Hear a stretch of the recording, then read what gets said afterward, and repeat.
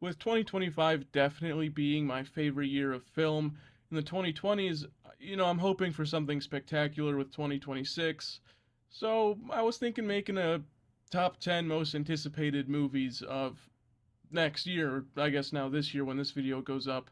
And what better way to start off within some honorable mentions, that including Scream 7, of course. If you don't know already, I am a humongous Scream fan. I've seen every single movie probably like 10 times. I mean, the first one probably like a million times, to be honest, but I couldn't put this in my top 10.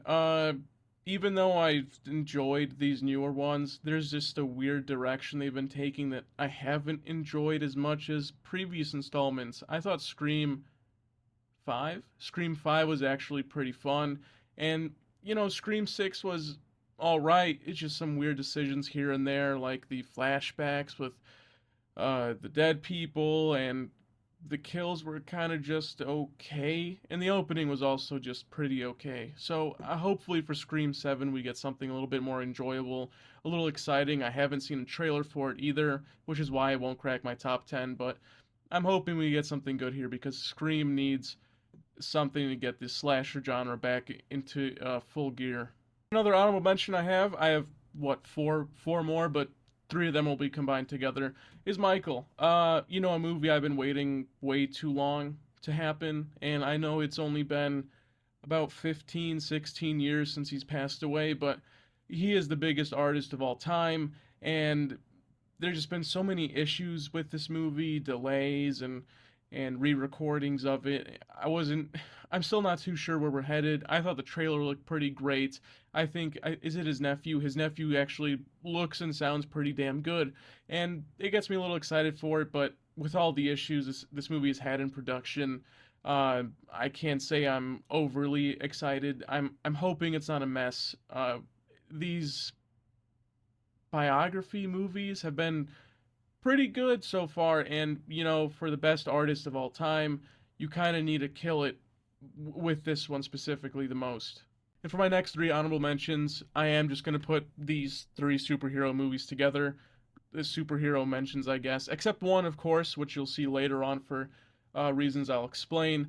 The Supergirl and Clayface being the next two DCU projects has me super excited, but the Supergirl trailer being pretty good, just not getting enough to me, makes it not crack the top 10. Clayface, we literally know nothing about it besides the comic it's based on. I'm really glad we're getting a horror superhero movie. I don't think we get enough of them, and if done right, this could be one of the best superhero movies of all time. But we have to wait and see. Is the CGI gonna look good? Is it not? Will the writing be good? We never know with these things, but I'm super excited for Clayface, and of course we have Avengers Doomsday. After that Captain America trailer, could not put it in my top 10. I just couldn't. Even after the Thor and the X-Men ones that have been leaked recently, which makes me super excited for these movies, I'm just not sure. The way the MCU's been moving the past 6 years, 2026, I guess 7 years, because 2019, you're just not going to be excited for an Avengers movie. I even wasn't excited for Avengers 1. It's the same problem I had with Avengers 1 where I just didn't care if these guys teamed up, and I don't care if these guys team up either. It's very cool we're going to see all these actors return and hopefully die, but other than that, who knows? I really need to see something good with this movie within the next 6 months, and then it can move up maybe, but for now, Avengers Doomsday is pushed to the honorable mentions alongside these other two superhero movies. For my last honorable mention, it's going to be a quick one. The Jordan Peele movie, we know nothing about it. I don't even think it's going to come out this year. Why is it in my honorable mentions at all? It's just because I think it might come out in 2026. It's been rumored, it's been talked about for like the past year and a half, 2 years that this is coming out this year. I'm hoping it is. I love Jordan Peele. He's gone 3 for 3 for me personally. Us definitely being the worst of the three, but I still enjoyed it. I still had a good time watching it. Nope was so fucking great. I love Nope. I'm excited for this next Jordan Peele project. Obviously, we know nothing about it, but I have faith in him doing something great here. And to kick off the top 10 of my most anticipated movies for this year is Kraken. I was really excited for Call of Cthulhu and potentially releasing this year. we're not getting it. I had faith in it coming out last year. We didn't get it. I don't even think we're getting it this year, to be honest. I hope James Wan finds something there, but till then, we're getting Kraken. I'm super excited for this movie. If you haven't seen my previous reviews of monster movies, I love giant creatures, giant monsters, giant anything really. I think they're fucking cool. It's creepy. It's scary. It's gonna be kind of hard to fuck this up. I don't know this director's past. I haven't seen any of his movies, but I will try to check out a few before Kraken releases. But this movie looks like a lot of fun, and we need more giant kaiju whatever monster movies. I fucking love them, man. Godzilla, we get too much of nowadays. Give us some other stuff like Cthulhu. Give us a giant fucking kraken that I think they said was the size of the biggest mountain in the world or something. This is going to be so much fun. I'm looking forward to this a lot. And number nine, I got a movie that it seems like a lot of people are turning on for some reason. I'm super excited for The Bride, especially after Frankenstein last year. I'm really excited to see a more comedic approach to the story. Of course, this being based in Chicago, I'm probably giving it extra brownie points for that. But Maggie Gyllenhaal, I believe this is her first or second time as a director. I have faith in her. She starred in so many good movies. I'm really hoping that's converting her acting to helping her be a better director. I hope at least we'll see. But this movie starring Christian Bale, Jake Gyllenhaal, and of course Jessie Buckley, who was just in Hamnet, and Hamnet was fucking great, and she was a really good portion of why that movie was great. So I have full faith in The Bride. I think this is going to be one of the better comedy movies of this year. Last year was a really good year for comedy, so I can't really be too worried about this being any worse than last year. And at number eight, I have the missing superhero movie from earlier in the video, Spider-Man Brand New Day. I think this is maybe gonna be the best superhero movie of 2026. It's either gonna be this or Clayface, is my guess. It's a bold guess, but even though the Home trilogy is not too popular, and I hated Far From Home, and I think Homecoming is just okay, I really did enjoy No Way Home, and I think Daniel Destin Cretton as a director, making one of the most fun action-wise movies in Shang-Chi. I have full faith in him doing something amazing here with Spider-Man Brand New Day. We need Spider-Man having amazing combat, flexibility, moving around the city, and having all these fun moments. I think he's the guy to do it. If you wanted a director from one of the previous Marvel movies in the two recent phases, it'd be him. That just the bus scene alone in the Shang-Chi movie was enough to convince me that this guy has the chops to make a good Spider-Man movie. Yes, of course, the writing is also a part of it, but with all the leaks and stuff going around, I have faith. The only thing I'm worried about is the return of Zendaya. I'm hoping it's not horrible. I hope they're not together again. There's a joke in the Spider-Man community. Why do Spider-Man fans hate Spider-Man? Well, No Way Home, set it up so maybe Peter can have a new love interest. That's what I'm hoping for. I just want new love interest for Peter, for Peter, a weird love triangle thing. I'm not too sure, but I'm hoping with Spider-Man Brand New Day, it just feels like a little bit of a reset of the Home trilogy. And number seven, Ridley Scott's new film, The Dog Stars, a movie I've seen completely under the radar. I didn't even know it was coming out until what, a week ago, maybe. I'm not too sure, but this has such a fun cast for it. Jacob Elordi, who's also gonna have be in Wuthering Heights, I believe, in February. Margaret Qualley, who's been on such a roll this decade. Josh Brolin, Guy Pearce, Benedict Wong. I think this movie's gonna be so fucking amazing. This is one of my early predictions, like really, really early predictions. I think this is gonna be nominated for something. I don't know what. I think it's gonna be nominated for a lot of shit. Just having Ridley Scott in a movie where some weird space thing, I believe, is going on, and then of course just the amazing cast that goes alongside of this movie. I have a lot of faith in it. I don't believe there's a trailer out for this, but when it comes out, I am fucking watching it immediately. I'm so excited to see what Ridley Scott can bring back to the fray, because while I did like Gladiator 2, I think he just has so much potential to make something so much greater, and I'm hoping Dog Stars is that. And number six, a movie I wasn't sure really where to place. It's a movie I've been waiting so long to release, and to be honest, after last year's Looney Tunes, even though I loved it, I had no faith in this movie coming out. And then a month after watching that Looney Tunes movie, we got the announcement that Coyote versus Acme will be hitting theaters, will be hitting streaming services. I don't give a fuck. I'm just happy this movie is finally coming out and we get to see it with our own eyes. It's a movie that people at Warner has been hyping up for a while now, and the fact that we're even going to be able to witness this movie is enough for me to put this in my most anticipated. I'm super excited. Of course, the director being the director of the second live action TMNT movie. I could be wrong on that, which I actually did kind of dig. Is a bit worrisome, but people have been so excited for this. I am fucking waiting for this movie. I can't remember when it's coming out. I want to say August, sometime in the summer, I believe. I'm ready. I'm waiting. I'm going to be seated immediately. Coyote versus Acme is a movie that should not have been, put in this fucking publisher hell. I'm happy it's finally just coming out. This is going to be a quick one. We know literally nothing about Digger. The trailer looked fun. I'm excited. This is gonna be really short. I'm just gonna be honest. Tom Cruise being in this gets me excited. The being the director of Birdman and The Revenant, I think this is just gonna be a banger. I think it's gonna be a really fun movie. I'm hoping.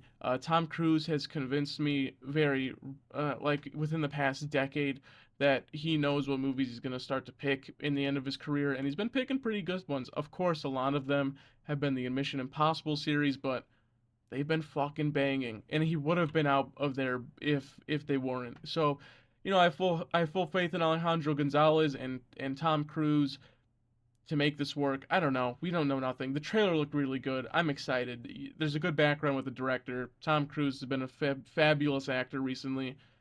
Not much else to say here.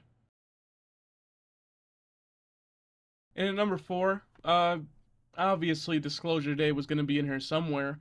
I just wasn't sure where. It was maybe in my top three, but I pushed it out just because of that trailer. I was very excited for this movie. I'm looking forward to it a lot still. Steven Spielberg hasn't really done me wrong recently. The last movie I've seen of his was West Side Story, which was fucking beautiful. I didn't get to see The Fablemans, but with West Side Story, it showed me that he's still got it, and I'm not really too surprised here. But him coming back to the sci-fi genre, having a fun, pretty damn good cast with Emily Blunt, Josh O'Connor, who I've been loving so much recently. He's been in so many movies recently, and I've kind of loved him in all of them. So I'm super excited for those two being the main leads. But Steven Spielberg returning to sci-fi is the number one reason why I'm so excited for this movie, and why I did thought that think the trailer was a bit weird and some is that weird that last scene where they're walking to the house and it looks kind of like the Coca-Cola ad just threw me off so much. So I'm hoping visually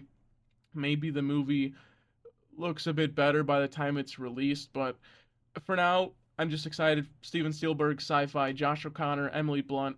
There's gonna be something good here. The trailer itself was creepy. I'm super excited for this one. To kick off the top three, what better way than Dune Part Three? Dune One, I wasn't really, too much of a fan of. I think it's great, but I don't think it's something brilliant. But Dune Part Two was something just fucking amazing, and I'm so happy I got to watch that in IMAX and just see the beauty of it all. It's such a massive improvement from Dune Part One, story wise. I love Timothy Chalamet as a performer. I think does so much better in Dune Part Two, and man, Dune Part Two just looks so much prettier. The shots, the cinematography, everything is just so gorgeous. I'm hoping Dune Part Three even looks something close to it because I thought Dune Part Two was fucking fabulous. And it for me, I think it might be my number one sci-fi movie of the decade of the 2020s, sorry, so far. So if Dune Part 3 can even come close to that, maybe be an 8 out of 10, I'm here for it. I'm super excited for Dune Part 3. Timmy's been on a fucking roll. Zendaya was amazing in the first two. There's just something is gonna come out of this, and I think it's gonna be great. I couldn't put it in my top two just because we know nothing about it. We know there's a time skip. We haven't seen a trailer though. We don't know anything. which is the worst part. But man, Dune Part 3, it could kick off, it could be the end of a great trilogy.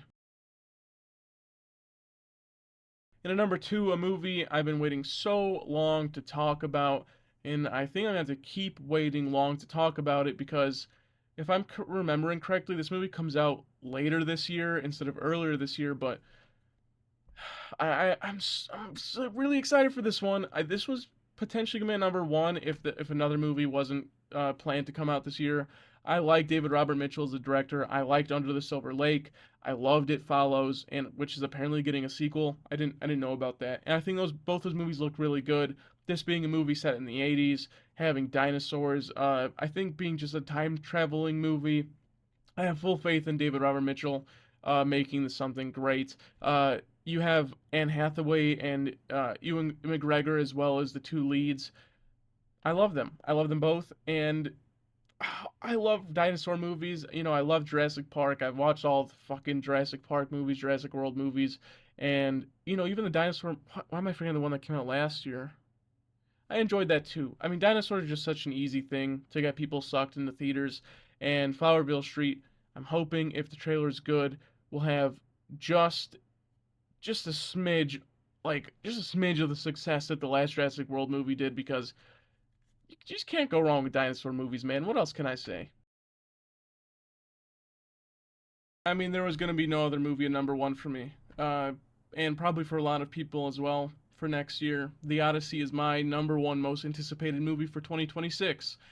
Greek mythology and just everything involved with it was something I loved so much as a kid, and you know, we've gotten some movies here and there about it. When we got on the Percy Jackson series and even the new TV show, which I haven't seen yet, sadly, we just haven't got anything massive. We didn't get anything from big directors, uh, really big actors, and I think even though the trailers made me feel a bit iffy about how this movie's gonna go about itself, I trust Christopher Nolan in making a good movie here. At the end of the day, if this isn't accurate or anything else, I think this is just gonna be a really good movie. And you know, Christopher Nolan is a great name to say about this movie, but let me just read through the cast. Matt Damon, Tom Holland, Zendaya, Anne Hathaway, Lupita Nyong'o, Robert Pattinson, Benny Safdie, John Bernthal, Bill Irwin, Elliot Page. Like, holy shit, this list just goes on and on and on. I'm not reading any more of these fucking names. I'm super excited for this. Most of it comes down to my childhood just coming back to me for a little bit of nostalgia, but Christopher Nolan has been killing it. Oppenheimer was fucking amazing. I'm assuming he got a fucking amazing blank check for this one. You know, the costumes, even though you know people are complaining how not accurate they are and all this stuff, I think it's okay. I think the costumes look pretty damn good. And like I said, Christopher Nolan's gonna make a good Christopher Nolan movie if worst comes to worst. And that's my top 10 most anticipated movies for 2026.